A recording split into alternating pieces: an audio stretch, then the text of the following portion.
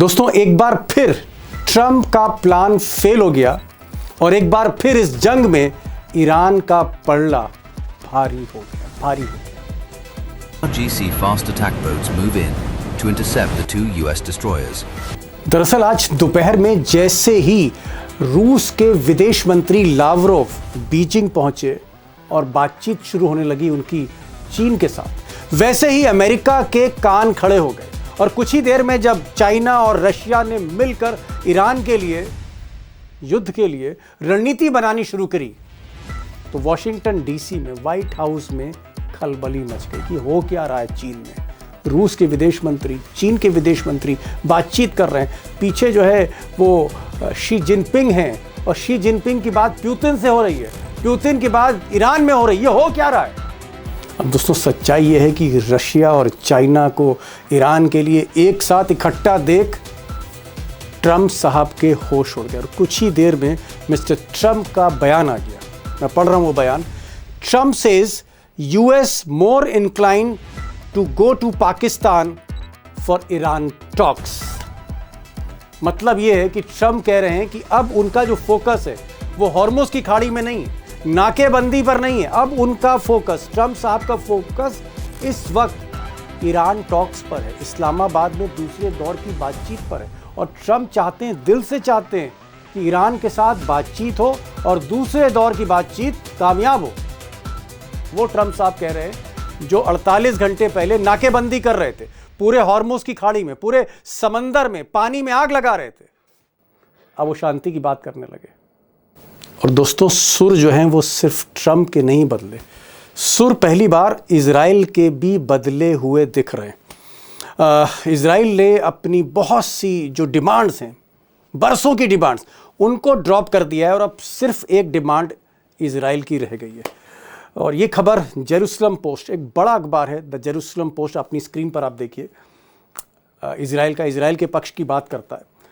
इसका कहना है जेरूसलम पोस्ट का कि removal of enrich uranium threshold condition for ending Iran campaign, Katz मतलब डिफेंस मिनिस्टर, जो इजराइल के डिफेंस मिनिस्टर हैं और नेतन्याहू के बाद सबसे स्ट्रॉन्ग लीडर हैं, आप समझ लीजिए अमित शाह हैं वो इजराइल के। उनका ये कहना है कि जो हमारी पुरानी मांगें थी, जैसे ईरान अपने बैलिस्टिक मिसाइल को, प्रोग्राम को कंटेन करे, कम करे, अब वो सब मांगे नहीं है, सिर्फ एनरिच्ड यूरेनियम जो है वो सौंप दे किसी अथॉरिटी को ईरान, और उसके बाद हम ईरान के खिलाफ कैंपेन करना छोड़ दें, यानी एक तरह से युद्ध से बिल्कुल पीछे हट जाएंगे। ये इजराइल का कहना है। और एक तीसरा डेवलपमेंट भी दोस्तों हुआ और ये भी कहीं ना कहीं ईरान के पक्ष में जा रहा है और यूँ कहें कि इजराइल झुक रहा है। तीसरा डेवलपमेंट ये हुआ, मैं खबर पढ़ रहा हूँ, ambassadors of Israel and Lebanon with secretary of state Marco Rubio before the start of talks in Washington. यानी लेबनान और इजराइल जो बातचीत करने में आनाकानी कर रहे थे, वो भी उनके दोनों राजदूत, इजराइल के राजदूत जो अमेरिका में हैं और उसके अलावा लेबनान के जो राजदूत हैं वो मार्को रूबियो जो मिनिस्टर ऑफ स्टेट हैं, उनके साथ वॉशिंगटन डीसी में ये बातचीत भी शुरू हो गई। और ऐसा कहा जा रहा है, संकेत मिल रहे हैं कि इस बातचीत में हो सकता है हिजबुल्लाह को भी देर सवेर शामिल किया जाए। हालांकि छुटपुट घटनाएं आज भी लेबनान में हुई हैं, लेकिन संकेत ये मिल रहे हैं वॉशिंगटन डीसी से कि शायद अब इजराइल यहाँ से भी अपनी फोर्सेस को विदड्रॉ करे। यानी कुल मिलाकर अगर एक बॉटम लाइन में खींचूं तो रूस के विदेश मंत्री का बीजिंग जाना, बीजिंग में रूस के विदेश मंत्री की विदेश मंत्री चीन के उनसे बातचीत, फिर शी जिनपिंग जो प्रेसिडेंट हैं उनकी बातचीत, फिर प्रेसिडेंट शी जिनपिंग का बयान आना कि जंगल राज ख़त्म होना चाहिए, ट्रंप के लिए बोले, फिर शी जिनपिंग प्यूतिन से बात कर रहे हैं, प्यूतिन ईरान में बात कर रहे हैं, फिर रशिया के जो विदेश मंत्री हैं वो अब्बास अराक्ची जो ईरान के विदेश मंत्री हैं वो बातचीत कर रहे हैं। ये जो घटनाक्रम हुआ, ट्रंप समझ गए, इतने भी नादान नहीं है, वो समझ गए कि बेहतर है कि अब हॉर्मुज की खाड़ी से ध्यान हटा के शांति की बातचीत की जाए, यही एक रास्ता है। तो 2 दिन पहले जंग लड़ना चाह रहे थे, दबाना चाह रहे थे ईरान को, अब पीस टॉक, शांति का पैगाम लेकर ट्रंप साहब आए हैं।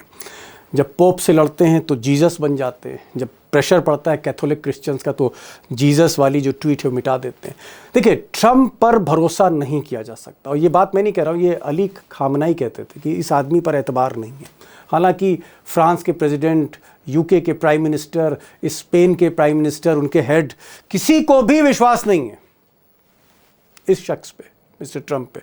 लेकिन फिर भी मुझे उम्मीद है कि जितना प्रेशर अब ट्रंप पर है, अमेरिका का प्रेशर उन पर है, डोमेस्टिक प्रेशर है, उनकी पार्टी रिपब्लिकन पार्टी का प्रेशर ट्रंप पर है, इकोनॉमी का प्रेशर ट्रंप पर है, कॉरपोरेट का प्रेशर ट्रंप पे, मुझे ऐसा लगता है कि शायद ये जो दूसरे दौर की बातचीत जहां भी होगी, इस्लामाबाद में हो या कहीं और हो, इस बातचीत में हो सकता है कि ईरान और अमेरिका किसी न किसी नतीजे पे पहुंचे। और अगर किसी नतीजे पे पहुंचते हैं तो हमारे, आपके लिए, सबके लिए बेहतर है, क्योंकि ये तेल के दाम जो आसमान छू रहे हैं, कहीं ना कहीं असली नुकसान उस आदमी को हो रहा है जो गैस सिलेंडर भी नहीं ले पा रहा है, गाड़ी में तेल नहीं भरवा पा रहा है।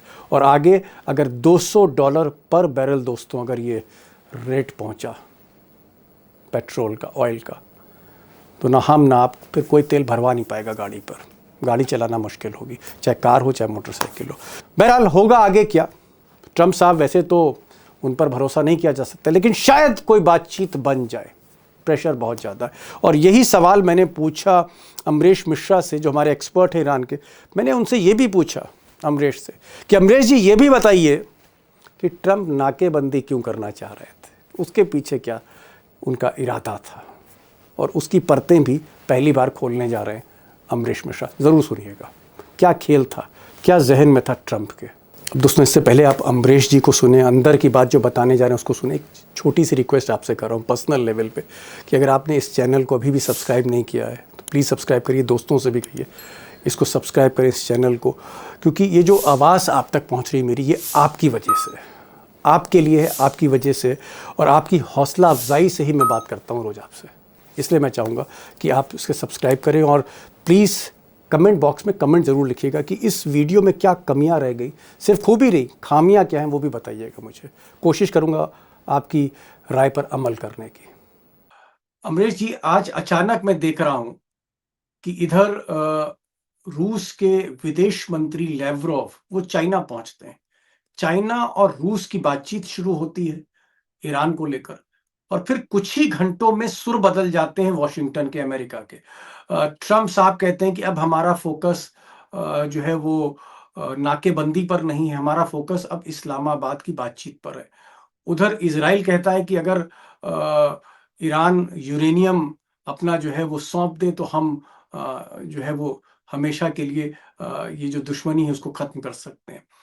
और तीसरी बात कि लेबनान और इजराइल में भी बातचीत शुरू हो गई। तो ऐसा क्या हो गया अमरीश जी, ऐसा क्या हो गया कि भाई रूस का विदेश मंत्री चाइना पहुंचता है और खलबली मच जाती है अमेरिका में, अमेरिका यू टर्न ले लेता है। ये तो दीपक जी गेम चेंजर है। Game changer? और क्या भाई, देखिए, रूस और चाइना का एक साथ, जो जिस चीज से अमेरिका सबसे ज्यादा डरता है, और उसको ये उम्मीद नहीं थी कि ईरान के मुद्दे पे दोनों साथ आ जाएंगे इस तरीके से। ओहो, ये ओहो। जो है पूरा जो ट्रंप का यू टर्न है, इसके बारे में आपने कहा, और इस्लामाबाद टॉक्स का जो सेकंड फेज है उसको हरी झंडी ऐसा लग रहा है कि ट्रंप दे रहे हैं, वो इसी वजह से। मतलब अगर केवल बयानबाजी होती तब भी नहीं, रूस के फॉरेन मिनिस्टर फिजिकली चाइना पहुंच गए, इसने मैसेज दिया। हाँ, जहाज लेके पहुंचे, वहां बातचीत शुरू हो गई, दोनों के बयान आने लगे ईरान के फेवर में।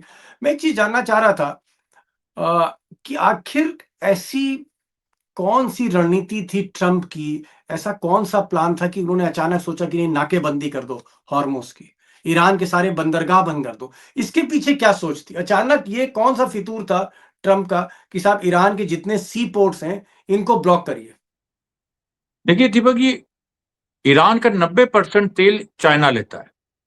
ओहो। और यहाँ ओके। पर जी, यहाँ पर ट्रंप की ये कोशिश थी कि नाकेबंदी करके चाइना पे प्रेशर डाले। चाइना का जब यहाँ से तेल नहीं निकल पाएगा तो चाइना ईरान पे प्रेशर डालेगा कि अमेरिका की शर्तें मान। लेकिन हुआ उल्टा। ओह।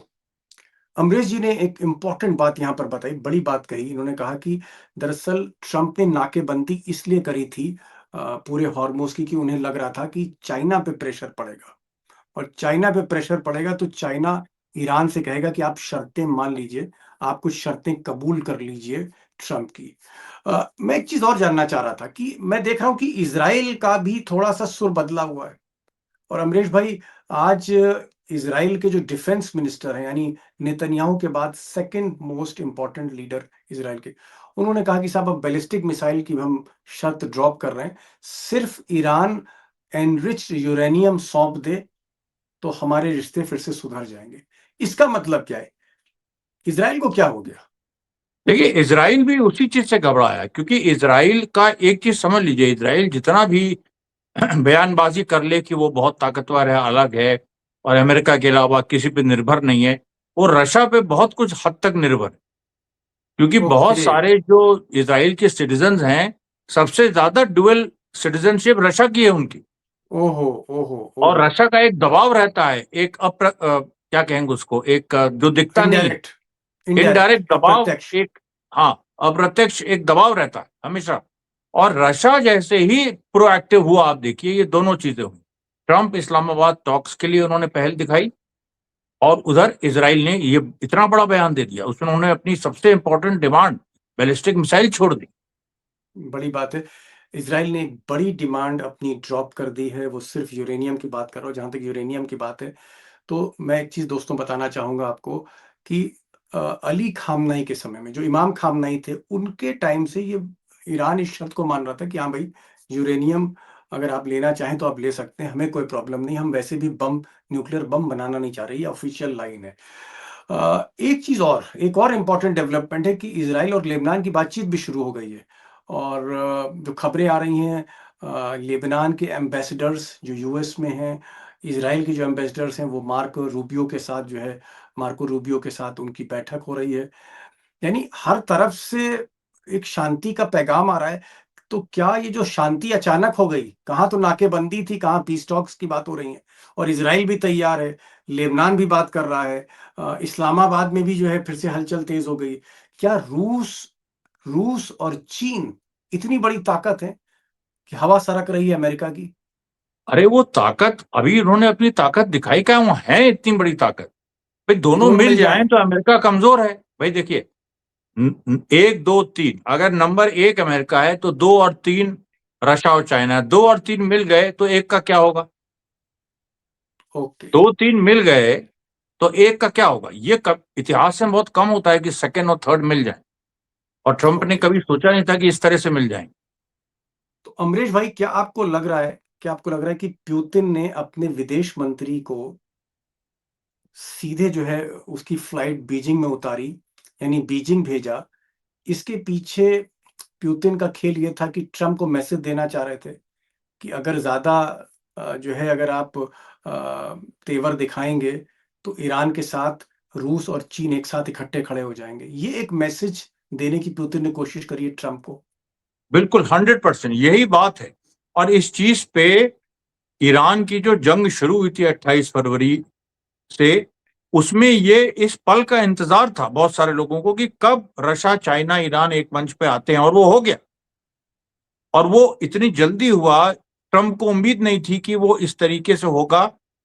और वो जो उनकी कोशिश थी कि रूस और चीन को बांट के रखो, वो सफल नहीं होगी, बल्कि उल्टा उसका दांव पड़ जाएगा। उल्टा दांव पड़ गया। रूस और चीन को थोड़ा सा अलग करना चाह रहे थे, चीन को ईरान से अलग करना चाह रहे थे, ये अमेरिका की स्ट्रैटेजी थी।